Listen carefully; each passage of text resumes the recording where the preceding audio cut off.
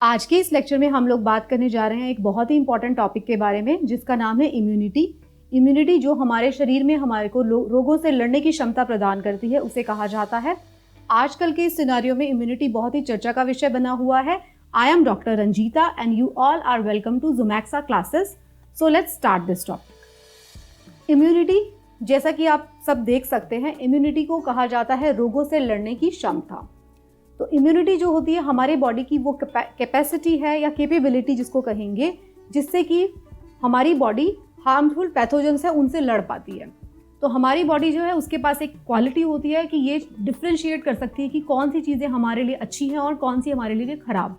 जो भी चीज़ें हमारी बॉडी में हमारी बॉडी से बिलोंग नहीं करती, जो फॉरेन मटीरियल है, उससे हमारी बॉडी फाइट करती है। किस लिए फाइट करती है? ताकि हमारी बॉडी को बचाया जा सके। तो इस कैपेबिलिटी को, इस एबिलिटी को इम्यूनिटी कहा जाता है। इम्यूनिटी जो है ये पूरा एक सिस्टम होता है। इम्यूनिटी कोई एक चीज़ नहीं है जिसको मैं कह दूं कि इस चीज़ को इम्यूनिटी कहती है। इम्यूनिटी का एक कॉम्प्लेक्स मैकेनिज्म होता है जिसके अंदर बहुत सारी चीज़ें इन्वॉल्व रहती हैं, जैसे कि हमारे बॉडी के बहुत सारे सेल्स उसमें इन्वॉल्व रहते हैं, बहुत सेल्स, ऑर्गन्स, प्रोटीन्स, टिश्यूज़, ये सारे के सारे कॉन्स्टेंटली, मतलब वो हर टाइम हमारे बॉडी के अंदर बॉडी को प्रोटेक्ट कर रहे हैं। वो हमारे सैनिक हैं बॉडी के, जो किसी भी आने वाले खतरे से, आने वाले पैथोजन वो होते हैं जो कि हमारे बॉडी के अंदर बीमारियां क्रिएट कर सकते हैं। पैथोजन क्या होते हैं? पैथोजन माइक्रो ऑर्गेनिजम्स होते हैं जो हमारी बॉडी के अंदर कोई भी बीमारी बना सकते हैं, उसको पैथोजन कहा जाता है। तो इम्यून सिस्टम जो होता है वो हमारे बॉडी का कॉम्प्लेक्स मैकेनिज्म है जो कि किस किस से मिलकर बना है? सेल्स से, ऑर्गन से, प्रोटीन से, टिश्यूज एक्सेट्रा से, जो कि पैथोजन से लड़ने में हमारी मदद करता है। तो पैथोजन कौन हो सकते हैं? तो पैथोजन कोई पैरासाइट भी हो सकते हैं, जैसे कि टेपवॉर्म, मलेरिया का प्रोटोजोआ भी हो सकता है, प्लाज्मोडियम, फंगस हो सकती है, बैक्टीरियाज हो सकते हैं, वायरस हो सकते हैं, और भी काफ़ी चीज़ें पैथोजन हो सकती है। इनफैक्ट कभी कभी जब हमारी बॉडी की सेल्स जो खराब हो जाती हैं और जो मरने लग जाती हैं, वो भी हमारी बॉडी उनको भी एज अ पैथोजन ट्रीट करती है, क्योंकि खराब सेल्स हमारी बॉडी में कोई ज़रूरत नहीं होती, तो बॉडी उसको भी खत्म कर देती है, तो वो भी पैथोजन बन जाते हैं कई बार। तो ये सारी चीज़ें including our own body part some time. तो बॉडी की इम्यूनिटी हमारे को इन सब चीज़ों से रक्षा देती है। नेक्स्ट हम बात करते हैं कि जो इम्यून सिस्टम है, हमारी बॉडी का इम्यून सिस्टम लेयर्स में काम करता है। ये आपको समझना पड़ेगा। हमारे इम्यून सिस्टम की 3 लेयर्स हैं। मतलब इसका मतलब क्या है?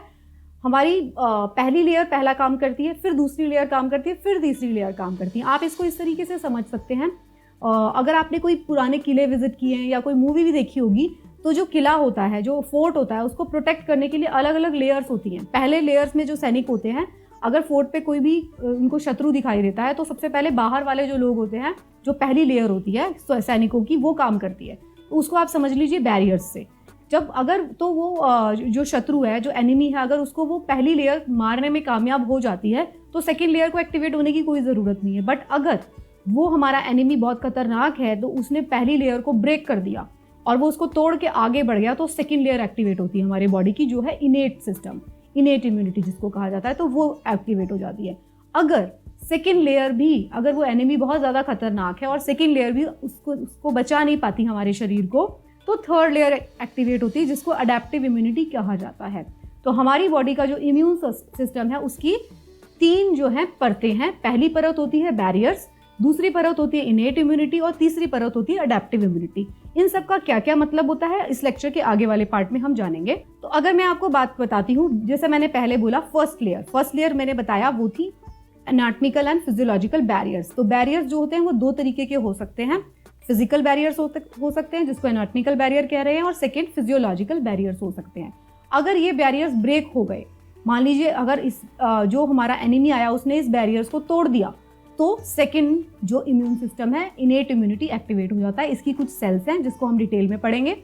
अगर इस लेयर से भी इसको भी ब्रेक कर दिया गया, तो थर्ड लेयर एक्टिवेट होती है, जिसे हम बोलते हैं अडेप्टिव इम्यूनिटी। इसमें भी कुछ सेल्स काम करती हैं, T cells and B cells, जो कि क्या बनाती है? एंटीबॉडीज बनाती है। ये देखिए, एंटीबॉडीज का रोल थर्ड टाइप में आता है।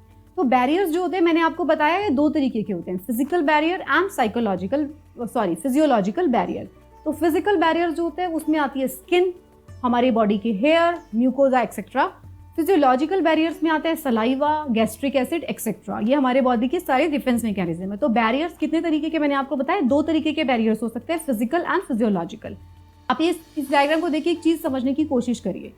हमारी बॉडी जो है, हमारी बॉडी के ऊपर, पूरी बॉडी के ऊपर स्किन है। स्किन जो होती है हमारे बॉडी में कवर के जैसी है।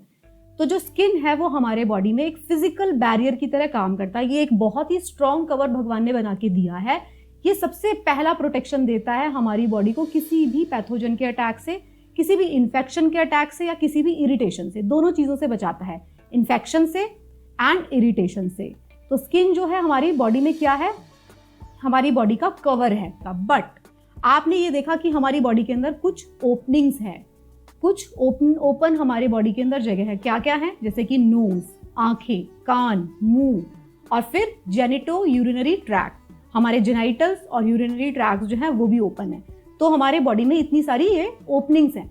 तो इन ओपनिंग्स के थ्रू भी माइक्रो ऑर्गेनिज्म, पैथोजेंस हमारे बॉडी के अंदर अटैक कर सकते हैं और हमें बीमार कर सकते हैं। तो इसके बाहर तो स्किन है, तो जैसे ही जहाँ जहाँ पे ओपनिंग्स है, जैसे माउथ की ओपनिंग है तो यहाँ पर, और जेनिटो यूरिनरी ट्रैक्ट, मतलब इस पूरे में माउथ से जो ओपनिंग है, फिर ये ईसोफेगस के थ्रू देखिए ये स्टमक में जाता है। माउथ से जो ओपनिंग शुरू होती है, ये इसको देखते जाइए आप, ये ईसोफेगस के थ्रू अंदर जा रही है। फिर यहाँ पे हमारा क्या आ गया, ये स्टमक आ गया। स्टमक के थ्रू फिर अंदर इंटेस्टाइन में चली गई, फिर ये लार्ज इंटेस्टाइन में चली गई, और फिर जो भी वेस्ट मटेरियल था ये बाहर निकल गया फीसिस के थ्रू और यूरिन के थ्रू। तो ये जो पूरा का पूरा जीआईटी है हमारा, गैस्ट्रो इंटेस्टिनल ट्रैक्ट, मतलब जिसपे हमारा खाना हम खाते हैं, डाइजेस्ट होता है और बाहर निकलता है, ये पूरा का पूरा जीआईटी किससे प्रोटेक्टेड है? म्यूकस लाइनिंग से। ठीक है, म्यूकोजा है। तो बाहर क्या है? स्किन है, और अंदर जो क्या है, मुंह के अंदर से लेके पूरा आउटसाइड एक्सक्रीशन तक पूरा का पूरा म्यूकोजा है। देखिए मुंह के अंदर की जो कवरिंग जिसको कहेंगे वो होती है म्यूकोजा। तो पूरे के पूरे जीआईटी को कवर करती है म्यूकोजा। तो देखिए बाहर से स्किन ने कवर किया हुआ है, अंदर से म्यूकोजा ने कवर किया हुआ है। और जो ओपनिंग है, जैसे आंखें, आंखों में क्या है? आंखों में टीयर्स निकलते हैं, आंसू आते हैं। तो इसके अंदर क्या होता है? लाइसोजाइम्स होते हैं। इसके अंदर लाइसोजाइम होता है। लाइसोजाइम क्या करते हैं? कोई भी बैक्टीरिया या पैथोजन इसको मार देता है। सिमिलरली नाक के अंदर क्या होता है? नोज के अंदर सिलिया होते हैं, और नेजोफेरिंग्स के अंदर लंग्स तक क्या होते हैं? सिलिया। सिलिया क्या होता है? बालों की तरह हेयर लाइक प्रोजेक्शंस होते हैं, बालों की तरह छोटे छोटे हेयर लाइक प्रोजेक्शन होते हैं। कोई भी अगर माइक्रो ऑर्गेनिज्म, पैथोजन नाक के थ्रू एंटर करेगा तो सिलिया उसको रोक देंगे। अगर वो फिर भी अंदर जाता है तो छींक आ जाएगी हमें, स्नीजिंग, जिसके थ्रू उसको बाहर निकाल के फेंक दिया जाएगा। सिमिलरली आंख के अंदर से कोई बैक्टीरिया निकलेगा तो लाइसोजाइम्स उसको किल कर देंगे। स्किन के ऊपर तो आपने बताया, मैंने बता दिया आपको, स्किन तो हमारी एक आउटर कवरिंग है। म्यूकोजा में अंदर हमारी कवर क्या है? म्यूकोजा। तो मान लीजिए अपने मुंह के रास्ते से किसी पैथोजन को खा लिया तो क्या होगा? सबसे पहले तो क्या होगा? म्यूकोजा क्या करती है? म्यूकस सिक्रीट करती है। म्यूकस एक फ्लूइड होता है म्यूकोजा का, एक तरल पदार्थ सिक्रीट होता रहता है म्यूकोजा से, जो कि सबसे पहले उस बैक्टीरिया या पैथोजन को कवर कर देगा और उसको कहाँ डाल देगा? अंदर लाके स्टमक में। तो सबसे पहले अगर जैसे ही स्टमक में जाएगा तो स्टमक के अंदर क्या है? एसिड। तो ये स्टमक, ये म्यूकोजा, ये सब क्या है? ये फिजियोलॉजिकल बैरियर है। फिजिकल बैरियर में क्या था? स्किन और म्यूकोजा था। म्यूकोजा क्या सिक्रीट कर रहा है? म्यूकस सिक्रीट कर रहा है। तो फिजियोलॉजिकल बैरियर है। स्टमक के अंदर क्या है? एसिड है। तो अगर कोई पैथोजन मुंह के रास्ते पेट में पहुंच जाता है तो पेट के अंदर उसको एसिड मिलेगा। इतना एसिड मिलेगा, pH 2 वाला एसिड, इतना तेज एसिड मिलेगा कि वो पैथोजन यहाँ पे मर जाएगा। अगर वो पैथोजन नहीं मरता या बहुत खतरनाक है, वॉमिटिंग के थ्रू हमारा स्टमक उसको बाहर निकाल देगा, उल्टी आ जाएगी। तो वो हमारे बॉडी का प्रोटेक्टिव मैकेनिज्म है। बाई चांस सोचिए उल्टी नहीं आई और वो पैथोजन अंदर चला गया इंटेस्टाइन में, तो अगर इंटेस्टाइन में चला गया और वो अभी भी ग्रो कर रहा है हमारे बॉडी में, बहुत खतरनाक है अगर, तो फिर बॉडी फिर से एक और मैकेनिज्म लगाएगी, लूज मोशंस। मतलब लूज मोशंस के थ्रू जो है उसको बाहर निकालने की कोशिश करेगी। ठीक है, तो ये भी लूज मोशंस, वॉमिटिंग, छींक आना, खांसी आना, ये सब क्या है? ये हमारे बॉडी के प्रोटेक्टिव मैकेनिज्म है, फर्स्ट लेयर के मैकेनिज्म है। हमारी बॉडी की फर्स्ट लेयर काम कर रही है जो कि बैरियर्स है। ठीक है, तो फिजिकल बैरियर में स्किन आती है हमारी, और क्या आती है? म्यूकोजल लाइनिंग आती है। फिजियोलॉजिकल बैरियर्स में क्या आती है? जैसे आंखों में लाइसोएंजाइम हो गए, सिलिया है, और इसके अंदर म्यूकस सिक्रीट होता है, स्टमक के अंदर एसिड सिक्रीट होते हैं।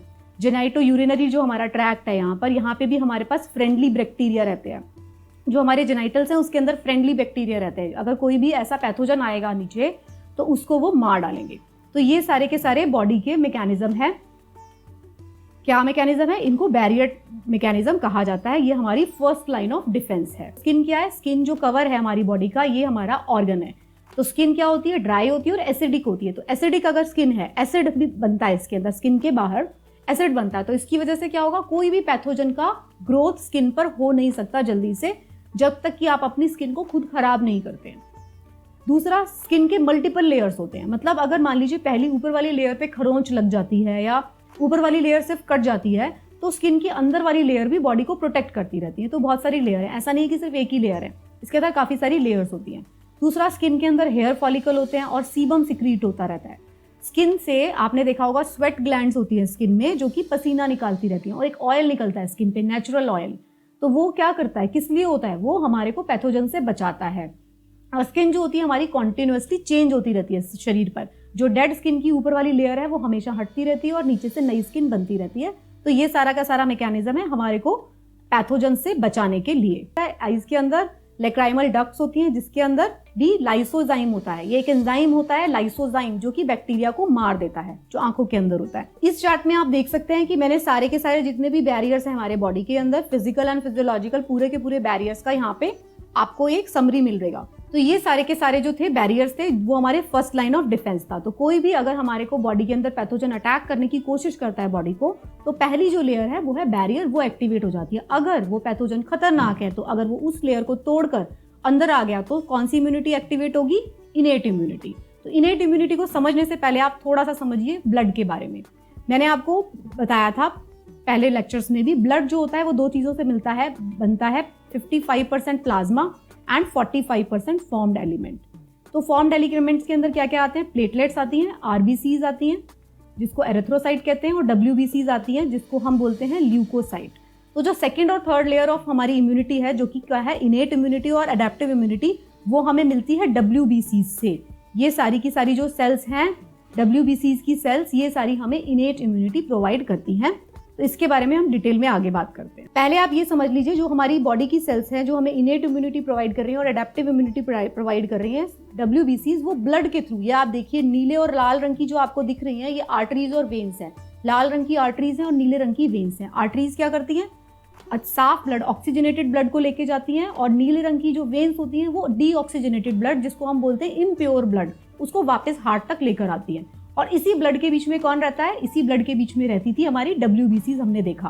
तो डब्ल्यूबीसीज हमारे पूरे बॉडी में चक्कर काट रही हैं पूरा टाइम कॉन्स्टेंटली। तो डब्ल्यूबीसीज हमारे पूरे शरीर में घूम रही है। अगर उनको कहीं पर भी कोई भी पैथोजन मिलेगा जो कि इनेट, जो फर्स्ट बैरियर को तोड़कर अगर बॉडी के अंदर आ गया है, तो वो सारी की सारी डब्ल्यूबीसी उसी जगह पर जाके इकट्ठा हो जाएंगी। हार्मफुल पैथोजन जो हमारा एनिमी है उसके साथ फाइट करना शुरू कर देंगे। इनेट इम्यूनिटी का मतलब होता है इनसाइड है, net means by birth, net का मतलब होता है by birth, in means inside.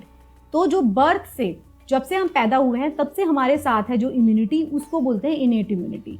तो अगर आप सोच रहे होंगे कि बैरियर्स जो होते हैं स्किन और म्यूकोजा, ये सब भी हमारे पास बाय बर्थ होते हैं, आई एग्री, यस, वो सब भी हमारे पास बाय बर्थ होते हैं। तो अगर हम बात करेंगे इनेट इम्यूनिटी, क्या वो इनेट इम्यूनिटी का पार्ट है बैरियर्स? यस, बैरियर्स भी इनेट इम्यूनिटी का ही पार्ट है, but barriers first line of defence है, वो बहुत इंपॉर्टेंट है, इसलिए हमने उसको अलग से पढ़ा है वो इनेट इम्यूनिटी का पार्ट ही। तो इनेट का मतलब होता है जो बाय बर्थ हमारे साथ है।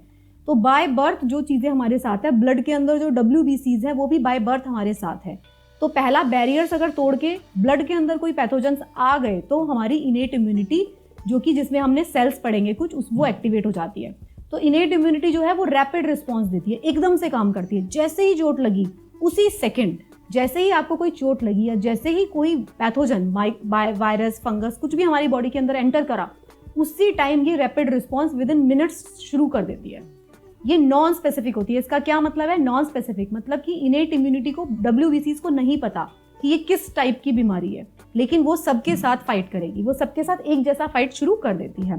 तो ये नॉन स्पेसिफिक है, मतलब किसी एक चीज के लिए कोई एक स्पेशल टाइप का हथियार नहीं लेकर आएगी तो भाई इससे लड़ने के लिए मैं एक ये वाली सेल को लेकर आती हूँ, ऐसा नहीं होगा। वो सारी सेल्स, न्यूट्रोफिल्स, बेसोफिल्स, ये सारी की सारी नॉन स्पेसिफिक हैं, ये सबके साथ लड़ाई करेंगी जो भी हमारे लिए हार्मफुल है।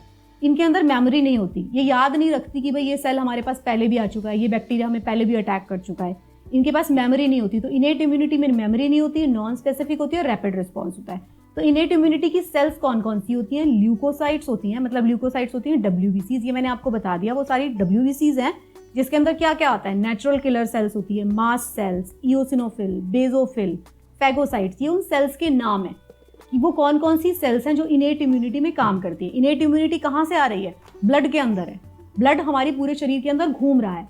वो कब काम कर रही है, जब फर्स्ट जो फिजिकल बैरियर्स तोड़ के अगर कोई पैथोजन हमारी बॉडी में आ गया है तो इनेट इम्यूनिटी एक्टिवेट हो गई है। ये वाला डायग्राम देखिए, पहला था एनाटॉमिकल एंड फिजियोलॉजिकल बैरियर्स, ये हमने पढ़ लिया, ये फर्स्ट था। सेकंड में इनेट इम्यूनिटी एक्टिवेट हो गई। तो इनेट इम्यूनिटी के अंदर ये सारी सेल्स होती हैं, eosinophil, natural killer cells, mast cells, macrophages, ये सारी सेल्स, न्यूट्रोफिल्स, ये अपना काम कर रही है।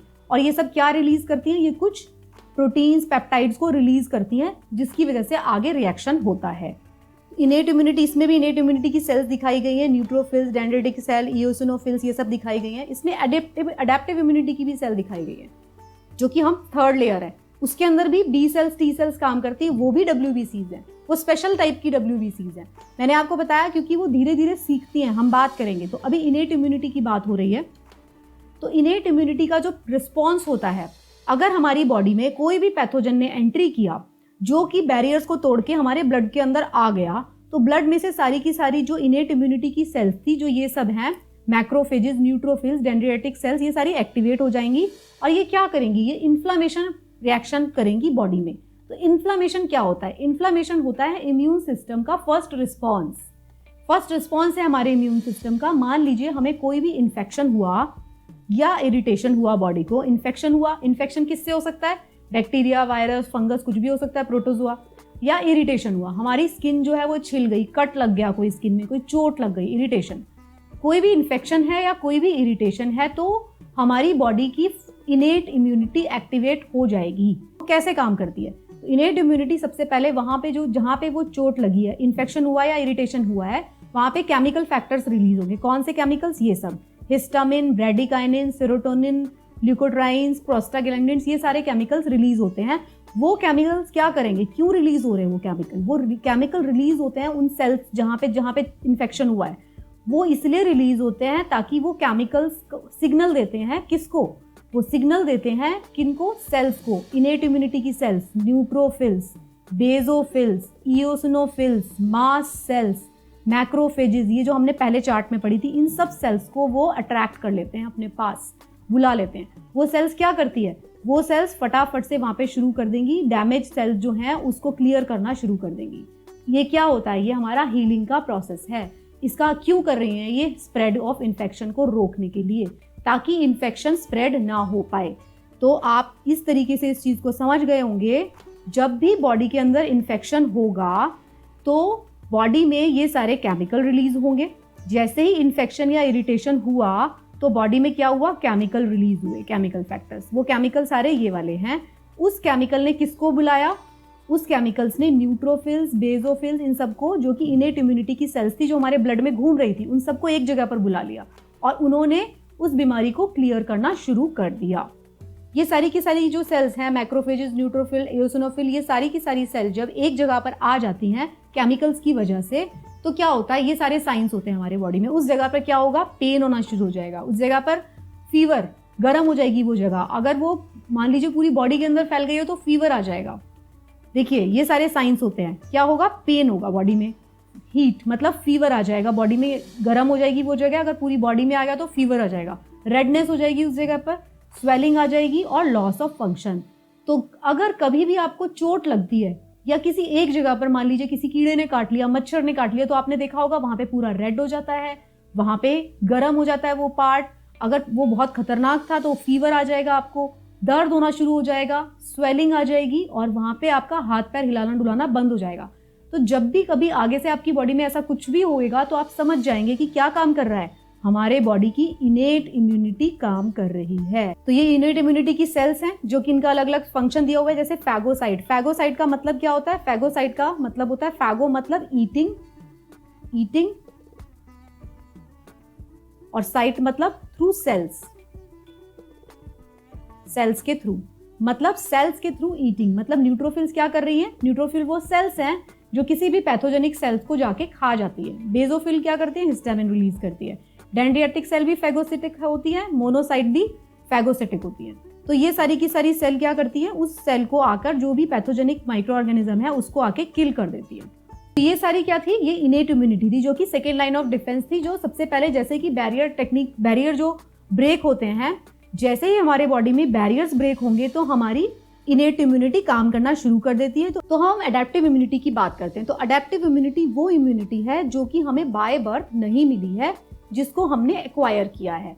हमारे बॉर्न होने के बाद धीरे धीरे अपनी समझ से हमने उसको डेवलप किया है। हमने इन द सेंस हमारे बॉडी के सेल्स ने कौन से सेल्स हैं वो मैंने आपको दिखाया था, B cells and T cells. तो बी और टी सेल्स ये दोनों क्या हैं, ये भी WBCs हैं। एक्वायर्ड इम्यूनिटी और अडेप्टिव इम्यूनिटी दोनों में जो काम करते हैं वो कौन से सेल काम करते हैं, वो WBCs काम करते हैं। तो ये वो सेल्स हैं जो हमारे बॉडी के अंदर धीरे धीरे हमारी बॉडी में क्या बनाते हैं, एंटीबॉडीज बनाते हैं। तो आप इसको इस तरीके से समझ लीजिए, मान लीजिए कि कोई वॉर हो रहा है, वॉर में आपने देखा है कि सामने वाली आर्मी के पास एक तलवार चलाने वाला बंदा है। तो अगर आप उससे फाइट करना चाहते हैं तो आपकी टीम में तलवारें होनी चाहिए। और हो सकता है सामने वाली आर्मी के पास टैंक्स हैं उनके पास। तो अगर आपको उनसे जीतना है, फाइट करना है, तो आपके पास भी टैंक्स होने चाहिए। तो इसका मतलब क्या है, एंटीबॉडीज स्पेशलाइज्ड वेपन्स हैं, स्पेशलाइज्ड या फिर स्पेसिफिक वेपन्स है। पैथोजेंस कुछ भी हो सकते हैं, बैक्टीरिया, वायरस, मलेरिया का पैरासाइट, कुछ भी हो सकता है। उसके अगेंस्ट हमारी बॉडी क्या करेगी, स्पेसिफिक तरीके के हथियार बना लेगी जो उसी के लिए काम करेंगे। वायरस के लिए मान लीजिए वायरस नंबर A आया, 1 नंबर का वायरस आया, तो वो उसके अगेंस्ट में एंटीबॉडीज तैयार करेगी बॉडी। मान लीजिए वायरस नंबर 78 आ गया, तो 78 के लिए 78 नंबर की एंटीबॉडीज काम करेंगी। तो स्पेसिफिक होगा बहुत ज़्यादा। तो ये क्या करता है, इम्यूनोलॉजिकल रिस्पॉन्स, मेमोरी है, इसके अंदर मेमोरी क्रिएट होती है। कैसे, मान लीजिए एक बार कोई आ गया पैथोजन, तो बॉडी पहली बार उसके लिए साथ लड़ाई करने में उसके लिए क्या बना देगी, एंटीबॉडीज। तो वो एंटीबॉडीज हमारे बॉडी के अंदर लाइफ लॉन्ग तक स्टोर रहते हैं, पूरी उम्र तक भी स्टोर रहते हैं कुछ एंटीबॉडीज। धीरे धीरे उनका नंबर कम होता जाता है। मान लीजिए वो दोबारा नहीं आया, वही सेम पैथोजन दोबारा नहीं आया, तो वो उसका नंबर हमारी बॉडी में धीरे धीरे कम होता जाएगा एंटीबॉडीज का, बट वो हमारे बॉडी के अंदर रहती है। तो उनके अंदर क्या होती है, मेमोरी होती है। तो अडेप्टिव इम्यूनिटी क्या है, स्पेसिफिक है, उसके अंदर मेमोरी होती है, वो एंटीबॉडीज के थ्रू काम करती है। तो जो रिस्पॉन्स होता है, जो एंटीबॉडीज का जो रिस्पॉन्स होता है, जो हमारी अडेप्टिव इम्यूनिटी का जो रिस्पॉन्स होता है, वो 2 तरीके से होता है।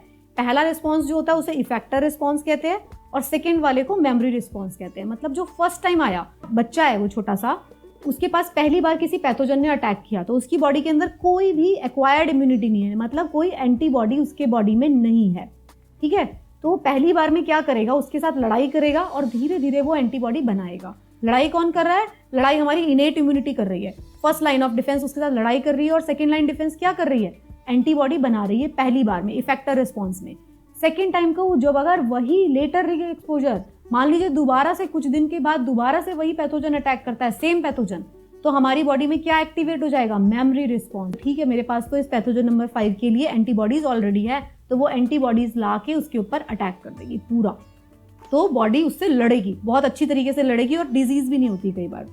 तो ये इसके 2 तरीके के रिस्पॉन्स होते हैं। इसमें आप देखिए एंटीबॉडीज का स्ट्रक्चर है। एंटीबॉडीज का ये जैसे ही बॉडी के अंदर कोई पैथोजन आया तो एंटीबॉडीज डेवलप होंगी। तो ये देखिए, ये इसकी क्या है, एंटीजन बाइंडिंग साइट। एंटीबॉडी का ये स्ट्रक्चर है, इस तरीके से बन जाता है, और यहाँ पे एंटीजन कोई हो सकता है, कोई भी पैथोजन को एंटीजन बोलते हैं, जो कि हमारे बॉडी जिसको फॉरेन सब्सटेंस ट्रीट करती है। तो वो यहाँ पे आके अटैच हो जाएगा और बॉडी उसके साथ फाइट करेगी। और इसके अंदर कौन कौन सी सेल काम करती है मैंने आपको बता चुकी हूँ, बी सेल्स और टी सेल्स काम करती हैं अडेप्टिव इम्यूनिटी में। तो अब हम बात कर रहे थे ना एक्वायर्ड इम्यूनिटी की। तो एक्वायर्ड इम्यूनिटी जो है, इस चार्ट से आप बहुत अच्छे से समझ जाएंगे। 2 तरीके की हो सकती है एक्वायर्ड इम्यूनिटी, एक्टिव हो सकती है और पैसिव हो सकती है। तो क्या होता है, एक्टिव में क्या होता है, इसमें हमारी खुद की बॉडी का मैकेनिज्म जो है वो डेवलप होता है, develops in response to a infection और वैक्सीन। मतलब हमारी बॉडी ने खुद एक्टिव होके, खुद काम करके एंटीबॉडीज को बनाया है, तब उसको बोलते हैं एक्टिव। ये 2 तरीके से बन सकती है, या तो नेचुरली बन गई या तो आर्टिफिशियली बनी है। नेचुरली बनी है तो हमें मतलब खुद ही इन्फेक्शन हुआ है, आर्टिफिशियल बनी है तो हमने वैक्सीन लिया है, मतलब हमारी बॉडी के अंदर हमें इन्फेक्शन नहीं हुआ, हमें वैक्सीन जबरदस्ती इन्फेक्शन हमारे बॉडी के अंदर डाला गया है। किस लिए डाला गया है, ताकि हमारे बॉडी के अंदर क्या बन पाए, एंटीबॉडीज बन पाए। तो एक्टिव इम्यूनिटी कैसे मिलती है हमको, हमारी खुद की बॉडी एंटीबॉडीज बना रही है, 2 तरीके से बनाएंगी, नेचुरल या आर्टिफिशियल। पैसिव इम्यूनिटी जो है, हमें एंटीबॉडीज हमने खुद नहीं बनाई, हमें या तो नेचुरली मिल गई है या आर्टिफिशियली मिली है। तो नेचुरली कैसे मिलती है, जो छोटा बच्चा जब बॉर्न होता है तो उसको ब्रेस्ट मिल्क के थ्रू मिलती है, या फिर प्लेसेंटा के थ्रू भी मिलती है। प्लेसेंटा के थ्रू जो बच्चा वूम में बड़ा हो रहा है उसको प्लेसेंटा के थ्रू क्रॉस करके भी एंटीबॉडीज मिलती हैं और उसको ब्रेस्ट मिल्क के थ्रू भी एंटीबॉडीज मिलती हैं। और ये सारी एंटीबॉडीज किससे मिल रही हैं? मदर से। ठीक है, तो मदर से हमें नेचुरली मिलती है छोटे बच्चे को सिर्फ कुछ दिनों के लिए, जब तक कि वो बहुत छोटा होता है, 1-1.5 साल के लिए। आर्टिफिशियल कैसे मिलती है हमको? Plasma donation. जैसे कि मैंने जो लास्ट लेक्चर आपका लिया था प्लाज्मा डोनेशन के बारे में, जो कोई उस लेक्चर को देखना चाहते हैं तो इस वीडियो के लास्ट में उसका लिंक मिलेगा आपको, वहां से आप देख सकते हैं। तो प्लाज्मा डोनेशन जो है वो आपको प्रोवाइड करता है आर्टिफिशियल इम्यूनिटी। प्लाज्मा के अंदर आपको एंटीबॉडीज मिलती हैं किस पर्सन की? डोनर जो कि उस बीमारी से ठीक हो चुका है, और वो जो एक ऐसे पर्सन को दी जाती है जो इस बीमारी से अभी लड़ रहा है, तो वो आर्टिफिशियली मिलती है। तो आई होप आप समझ गए होंगे एक्वायर्ड इम्यूनिटी जो है, जो हम धीरे धीरे डेवलप कर रहे हैं, 2 तरीके से हो सकती है। एक्टिव भी हो सकती है, पैसिव भी हो सकती है। एक्टिव में हम खुद एंटीबॉडीज बना रही है बॉडी, पैसिव में खुद एंटीबॉडीज नहीं बना रही है। एक्टिव में नेचुरली मिल सकती है, खुद इन्फेक्शन हो गया, आर्टिफिशियली वैक्सीन के थ्रू। पैसिव इम्यूनिटी नेचुरली मिलती है बच्चे को ब्रेस्ट मिल्क के थ्रू, और प्लेसेंटा में जब वो बच्चा पैदा नहीं होता उससे पहले प्लेसेंटा के थ्रू। आर्टिफिशियल मिलती है प्लाज्मा डोनेशन के थ्रू। तो अब ये आई होप आपको सारा समझ में आ गया होगा। इस चार्ट में मैंने आपको दिखाया इनेट इम्यूनिटी और एडेप्टिव इम्यूनिटी में क्या क्या डिफरेंस होते हैं। मोस्टली चीज़ें हम पढ़ चुके हैं, जान चुके हैं, इसको क्विकली हम देख लेते हैं। इनेट इम्यूनिटी जो होती है वो हमारी कब से प्रेजेंट है बॉडी के अंदर? बाय बर्थ प्रेजेंट है। और एडेप्टिव इम्यूनिटी क्या है?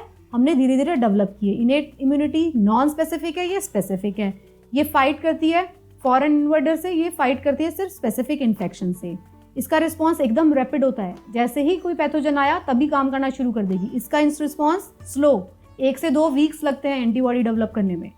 पोटेंसी क्या है इसकी? पोटेंसी लिमिटेड है, ये लिमिटेड रोल प्ले करती है क्योंकि ये सब पैथोजन से एक जैसी फाइट करेगी। लेकिन अडेप्टिव इम्यूनिटी की हाई पोटेंसी है, एक बार एंटीबॉडीज डेवलप हो गई तो बहुत हाई रिस्पॉन्स देता है। इनहेरिटेंस, ये हमें कहाँ से मिलती है? ये हमारे पेरेंट्स से हमें मिलती है।